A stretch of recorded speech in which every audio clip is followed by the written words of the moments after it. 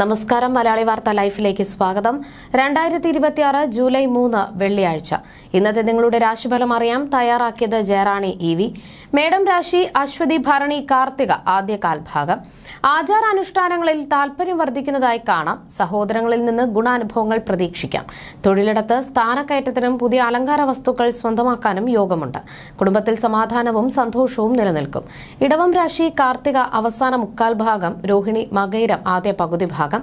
വൈകാരികമായി അല്പം പ്രയാസങ്ങൾ നേരിടേണ്ടി വന്നേക്കാവുന്ന സമയമാണ്. ബന്ധുക്കളുടെ വിയോഗ വാർത്തയോ മറ്റോ മനസ്സിനെ തളർത്തിയേക്കാം. പങ്കാളിയുമായോ ബന്ധുക്കളുമായോ ഉള്ള തർക്കങ്ങൾ ഒഴിവാക്കാൻ പ്രത്യേകം ശ്രദ്ധിക്കുക. മിഥുനം രാശി മകയിരം അവസാന പകുതി ഭാഗം, തിരുവാതിര പുണർദം ആദ്യ മുക്കാൽ ഭാഗം. അലസതയും മടിയും പ്രവർത്തനങ്ങളെ ബാധിക്കാൻ ഇടയുണ്ട്. അനാവശ്യമായ ചിന്തകൾ മനസ്സിനെ അസ്വസ്ഥമാക്കാം. ഭൗതിക സുഖങ്ങൾക്കായി അമിതമായി പണം ചെലവാക്കുന്നത് സാമ്പത്തിക ബുദ്ധിമുട്ടുകൾക്ക് കാരണമാകുമെന്നതിനാൽ നിയന്ത്രണം അനിവാര്യമാണ്. കർക്കിടകം രാശി പുണർദം അവസാന കാൽഭാഗം, പൂയം ആയില്യം.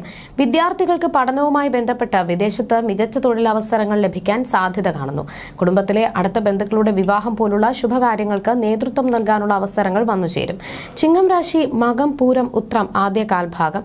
കോടതി കേസുകളിൽ ഒത്തുതീർപ്പിലൂടെ വിജയം നേടാൻ സാധിക്കും. അപ്രതീക്ഷിതമായ ധനലാഭം പ്രതീക്ഷിക്കാം. സർക്കാരിൽ നിന്നുള്ള ആനുകൂല്യങ്ങൾ ലഭിക്കാനിടയുള്ളതിനാൽ ഔദ്യോഗിക കാര്യങ്ങളിൽ വേഗത്തിൽ ഇടപെടുക.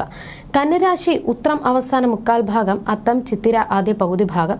അകാരണമായ ഭയവും ഉത്കണ്ഠയും മാനസികാവസ്ഥയെ ബാധിച്ചേക്കാം.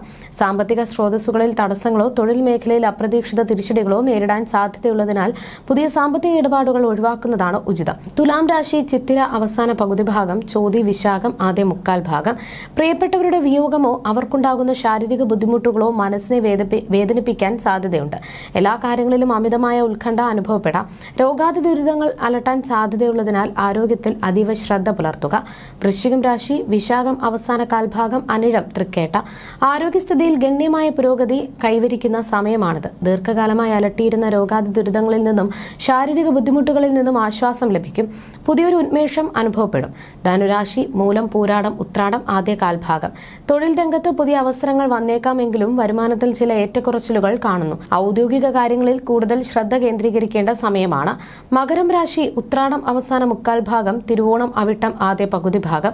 സന്താനങ്ങളുടെ നേട്ടങ്ങളിൽ മാതാപിതാക്കൾക്ക് അഭിമാനിക്കാൻ സാധിക്കുന്ന സാഹചര്യമുണ്ടാകും.